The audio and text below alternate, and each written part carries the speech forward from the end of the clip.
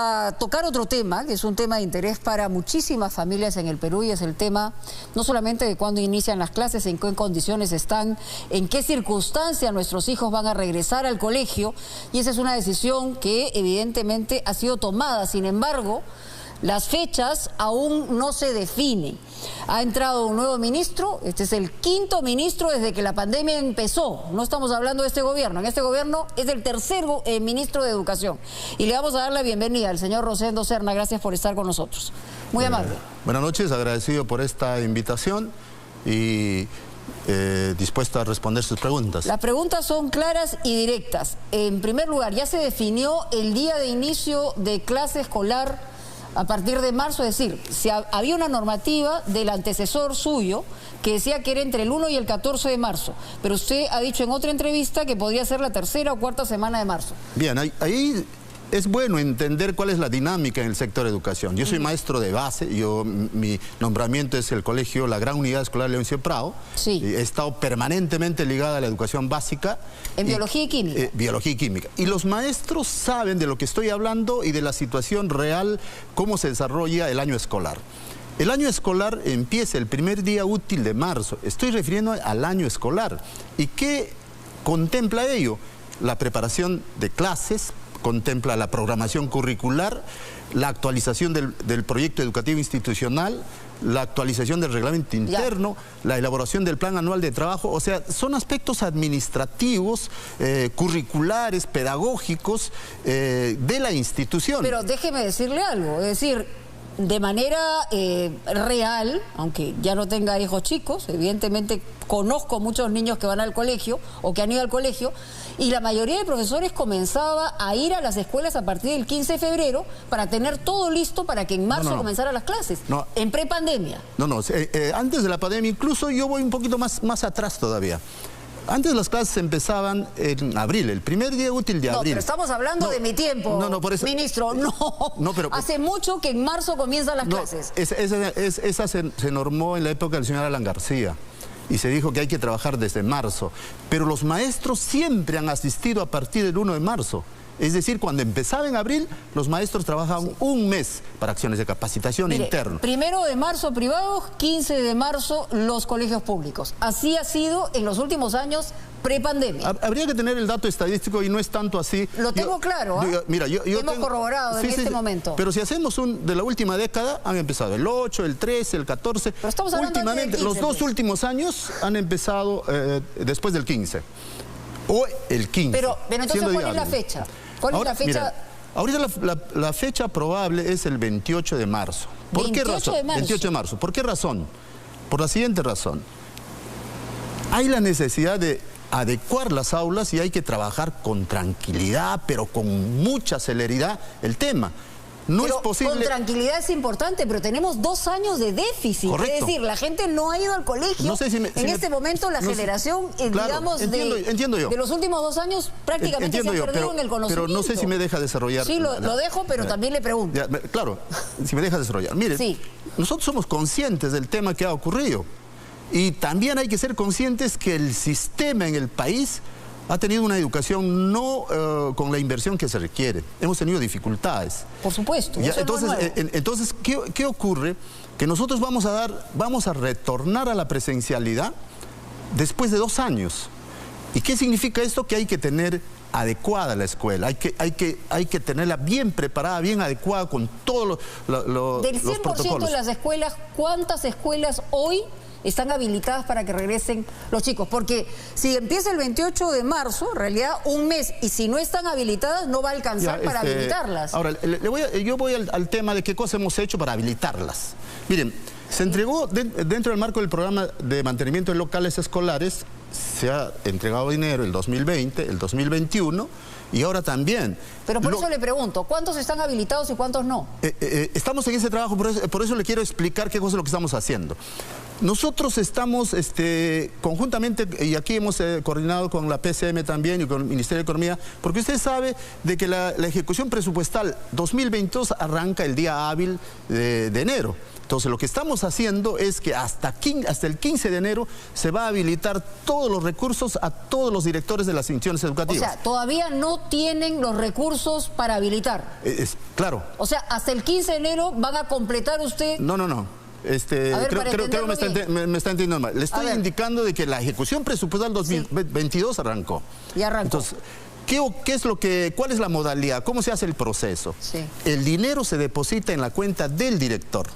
Sí. Ya, esa cuenta... O sea, que se extraña también, ¿no? Esa cuenta, no, siempre ha sido. Sí, yo sé que ha sido, no es nuevo. Entonces, ¿qué ocurre? Que eso hemos adelantado. En estos 4 días que he estado en gestión, hemos recortado todo este proceso y estamos poniendo fecha tope máxima para que estos dineros lleguen a la cuenta del director y el comité... Antes del 15 de enero. Antes del 15 de enero. Eso es lo que le había entendido, sí, eso le claro, pregunté. Por eso. Justamente. Y el 15 de enero es esta semana que termina con la finalidad de que los trabajos aceleren. Ahí se conforma un comité y no solamente se les va a pasar para mantenimiento de locales escolares. ¿Estamos hablando de qué tipo de trabajos?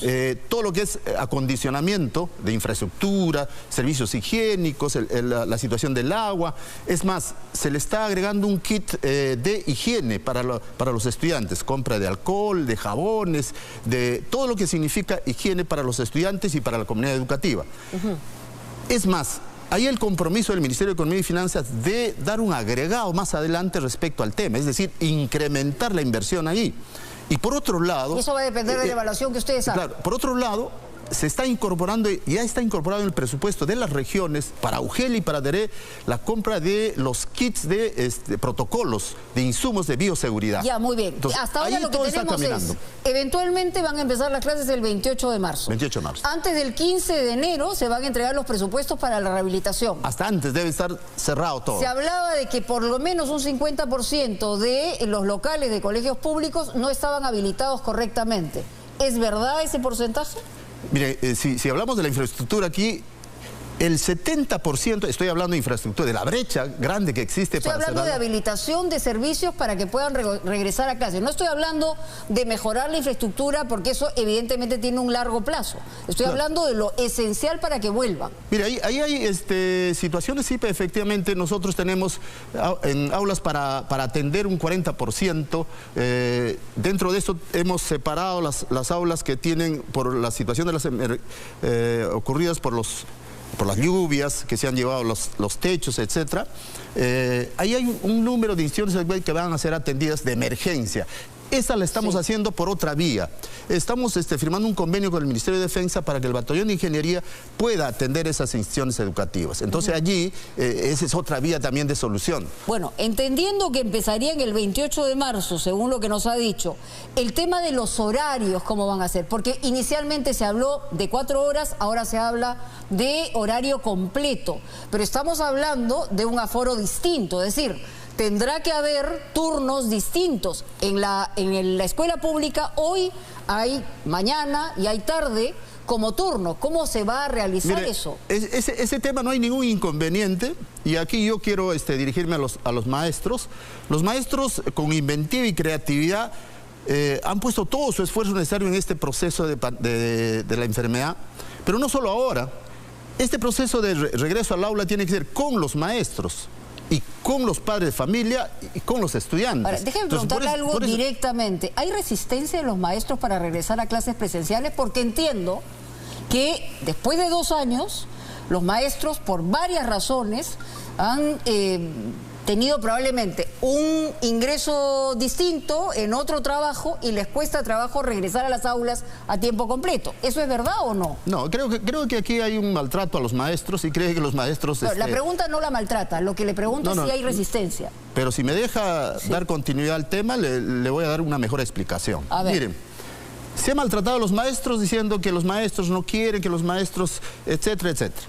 Los maestros han hecho esfuerzo doble. Si trabajaban 8 horas diarias, han trabajado 12, 15 horas, porque no necesariamente han estado circunscritos al tema del aprende en casa. En estos 2 años... Entonces no hay resistencia, esa es la respuesta. No, en la gran mayoría de maestros Es más, en la zona rural, sin necesidad de persecución, sin necesidad de una norma, se han reincorporado, han trabajado, hay una buena voluntad. Por eso es que... Pero por eso le pregunto, ¿en Lima no hay una buena voluntad? Mira, yo creo que no. Creo que no, acá en Lima, creo que todos los maestros no se resistan a este tema, porque nosotros entendemos la situación del logro de aprendizaje de los estudiantes. Solo estamos mirando el tema como si esto fuese algo frío. La situación de la educación concretiza en aula. Estamos mirando el tema de cómo beneficiamos a los estudiantes, claro, que esa debe ser la preocupación. El universo más importante, más allá, y me parece muy bien que los maestros pongan y tengan un criterio para el retorno que le dé la seguridad del caso. Pero lo cierto es que en varias ocasiones nos hemos olvidado de lo que es el centro, que es el estudiante. Claro, lo que estoy pensando yo es que hay la necesidad con los maestros iniciar la presencialidad, porque estaríamos pensando en el estudiante, y ese es el principal factor que hay que tomar en cuenta. Pero, claro, usted lo está pensando, pero por eso la pregunta, y yo le insisto, los maestros, si usted me dice que no hay resistencia, están dispuestos a regresar lo antes posible. No, yo no noto resistencia en los maestros. Los maestros más bien están preocupados cuándo sale la normativa, cómo es que el proceso de la asistencia técnica, y en ese proceso estamos. ¿Cómo va a ser el orden de mérito en este caso si no ha habido evaluación? ¿Cómo van a funcionar, digamos, en los puestos que son necesarios los maestros para que lleguen justamente a cubrir todas las plazas? ¿El de contrato? Sí. Ya, ahí sí le puedo explicar también. Se está validando la nómina, el orden de mérito del 2019. Y luego hemos habilitado un grueso de maestros que alcanza, creo, a 20 y tantos mil, que no había solicitado plaza de contrato, pero estaba en el orden de mérito, ya salió la norma, está habilitada, por eso que empieza a correr todo el proceso de contratación. Entonces, los maestros van a tener fechas presencialmente para evitar la duplicidad, porque han habido casos el año pasado de que había maestros contratados simultáneamente en 2, 3 UGELs. Sí, okay. Ese tema se corta con la presencialidad de adjudicación. Perfecto. Pero esa termina el 15 de febrero. El 15 de febrero nosotros vamos a tener el 100% de maestros matriculados. Es más, ahí hay una buena práctica. Los 2 últimos años o los últimos 5 años, las UGELs y las DERES han hecho el contrato por más del 95%. Ahora, ahí no tenemos dificultades. Vayamos al tema de la vacunación. Es decir, la mayoría, si no son todos, los maestros ya están vacunados. Faltan ahora los niños. ¿Va a ser obligatorio que los niños estén vacunados para que regresen a clase? Miren, el ministro de Salud ha anunciado que... A partir de enero, sí. Del 5 a 11 años. Del 5 a 12, ¿no?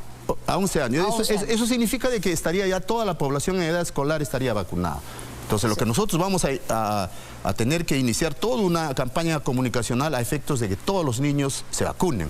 Y esa es una garantía ya de seguridad para que los niños vuelvan a clases, ¿no? Totalmente de acuerdo, pero ¿se evalúa que sea obligatorio o no? Mire, para el retorno a clases, me refiero. En situaciones de crisis y de emergencia, creo que la vacunación es una alternativa importante para mantener la situación de la salud. Alumnos y profesores, supongo. Sí, que, todos. Digamos, tienen que pasar... En el caso de los docentes, es el 5% que no está vacunado. Es ¿Qué van a hacer con ese 5%? O sea, ¿qué ocurriría con ellos? Yo creo que ahí entra a tallar el tema de la comunicación importante. Cada director de UGEL, cada director de edición de Igualdad lo puede identificar y conversar y dialogar. A un centro comercial no nos dejan entrar si es que uno no tiene el carnet de vacunación. Le pregunto de manera muy concreta, el 5% de los profesores o eventualmente los niños que no estén vacunados porque sus padres decidieron que no lo estén, ¿qué va a pasar con ellos? ¿Van a poder regresar al colegio o van a tener que hacer o mantenerse en educación a distancia? En situaciones normales nosotros iniciamos la presencialidad a tiempo completo, en jornada completa. Y por eso que damos autonomía a las instituciones educativas para que situaciones particulares puedan solucionarse con enfoque territorial. Es decir, ver la situación de la respuesta de la comunidad educativa. Respecto a la vacuna, hay que identificar qué docentes son, hay que conversar con ellos y no hay que poner en riesgo a la comunidad educativa. Sí, y yo sé que los maestros van a entender, porque un poco se sataniza como si los maestros fuesen, que no razonan, no entran en situaciones de... No sé en qué niveles se sataniza, porque en realidad nosotros respetamos mucho a los profesores. Mire, pero usted les está enviando mensajes por alguna razón. No, cuando por ejemplo, se dice de que los maestros no deben tener vacaciones.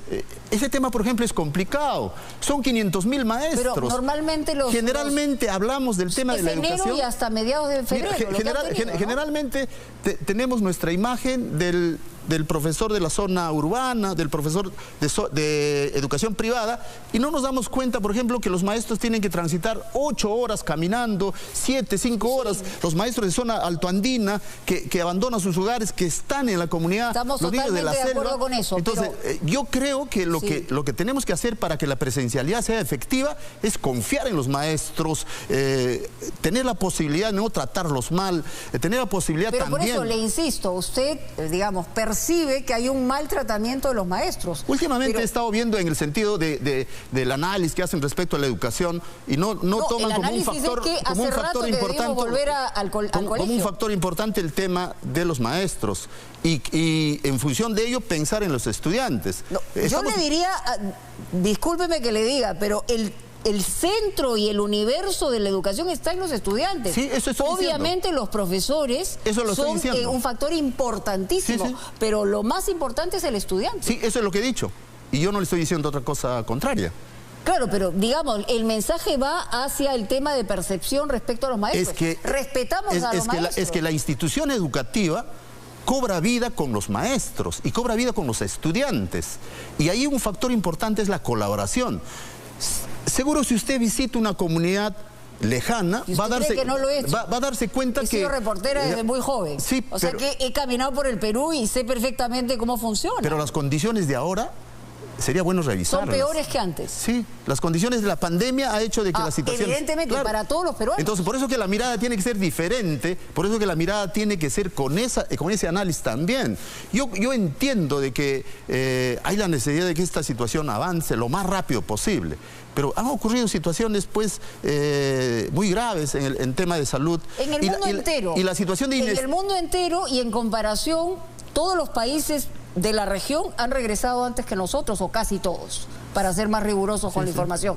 Entonces, algo distinto además está pasando en nuestro país, ya que no hemos podido volver a las escuelas. Pero estamos trabajando, yo he asumido No le digo lo contrario, claro. No se ponga a la defensiva, lo que le estoy haciendo es tampoco me estoy poniendo a la defensiva. No se ponga a la defensiva. A propósito de defensas, ¿cómo van a ser los protocolos en el tema del COVID? Por ejemplo, nadie está exento de la posibilidad de un contagio, ¿no? Dentro de las escuelas. ¿Cómo van a funcionar esos protocolos? Porque eso es importante también para que los padres de familia tengan la seguridad que ustedes están pensando en todos los escenarios. Mire, allí le dije yo que está financiado los kits de higiene para las instituciones educativas, está financiado los kits de bioseguridad para los docentes y para los estudiantes. Correcto. Y ahí es fundamental el rol del director para implementar todo un protocolo. La directiva dice en detalle, o sea, la norma técnica dice en detalle cómo es que tiene que actuar.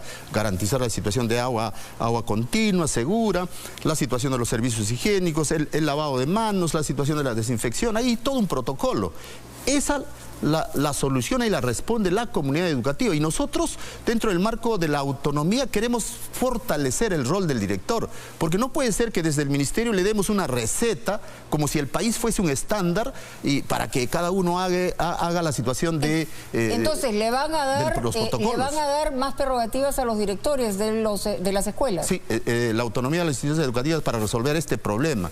Porque la realidad de San Juan de Miraflores, la realidad de Choras, de Puños, vamos a ver, del Alto Amazonas, será distinto, ¿no? Ahora, son distintas, pero hay una cosa que es un denominador común.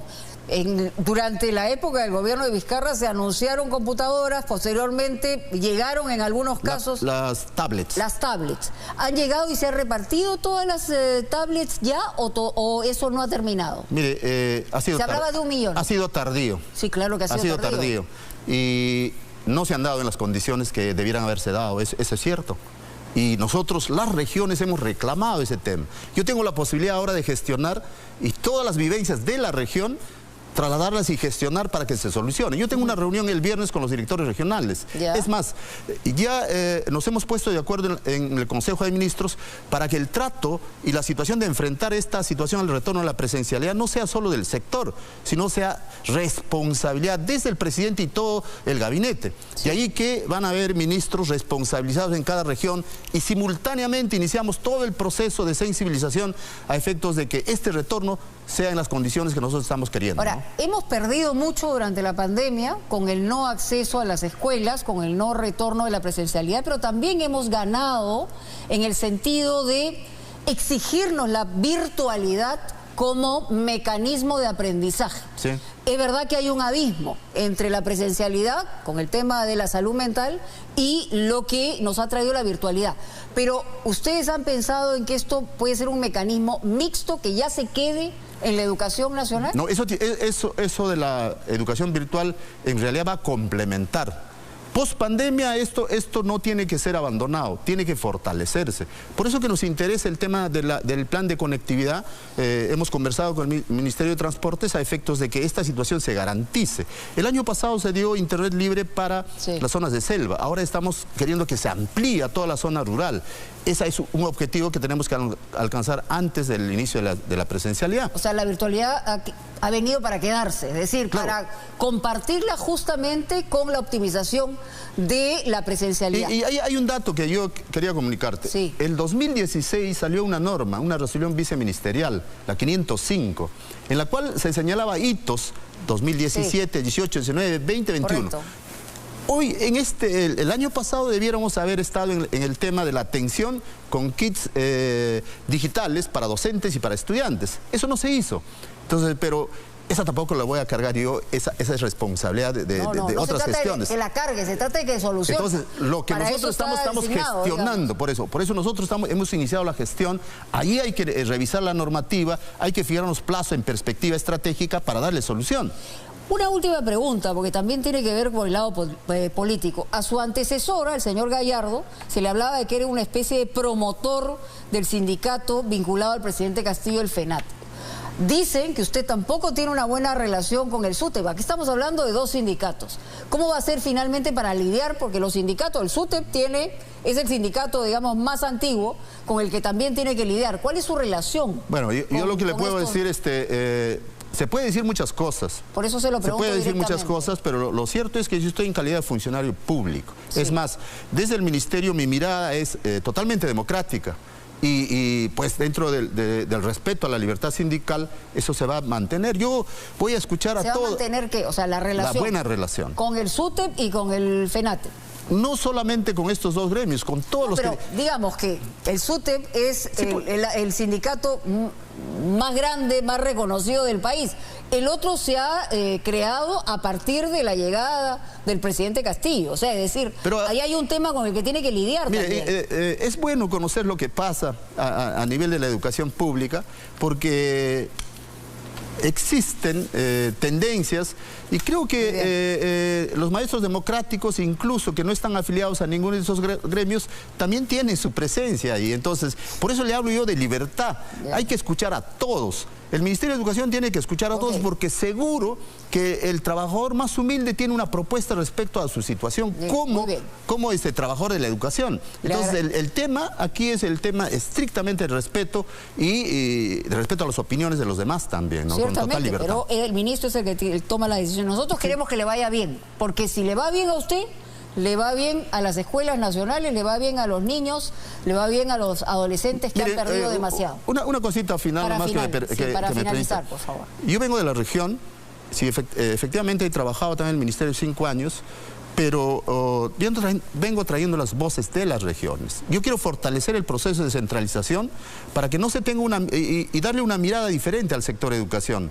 Que no desde el escritorio no se norme, desde el escritorio no se tome decisiones, sino que el enfoque territorial atienda efectivamente a esos niños que no han sido atendidos. Son los resultados los que hablan. Esa es la mirada. Y por eso es que invoco que me dejen trabajar. Invoco que se preocupen por el aspecto principal, el retorno a la escuela. Y yo le pido que usted colabore en esa campaña de volver a la presencialidad y ahí no tiene que pedírmelo, porque nosotros en Latina hemos promovido el regreso a las clases y lo vamos a seguir haciendo con absoluto convencimiento. Lo voy a seguir molestando para que todo lo que nosotros estemos implementando. Yo prometo que a usted también lo voy a seguir molestando. Estamos igual. Muchas gracias. Muy amable por estar con nosotros aquí en Punto Final, muy gentil. Vamos a regresar luego de una pausa aquí en Punto Final y vamos a volver a partir de una anécdota que es el alcalde de Moche, que se le ha ocurrido poner ahí un monumento de un huaco erótico, pero más allá de eso, ¿quién es ese alcalde? ¿Qué cosa ha hecho? ¿Qué pie